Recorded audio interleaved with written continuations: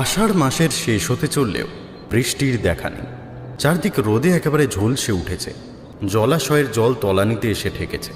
জলই যখন শূন্য, আমি মাছ পাবো কোথায়? এরপর জঙ্গল ভেদ করে ধীরে ধীরে তালডাঙার ঘোলা নদীর কাছে পৌঁছালাম।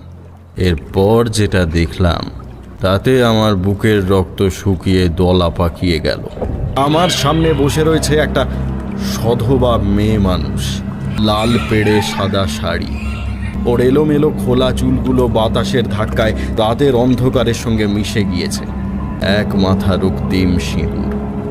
চোখ জোড়া নজরে পড়ল না। সেখানে যেন অন্ধকারের বাসা।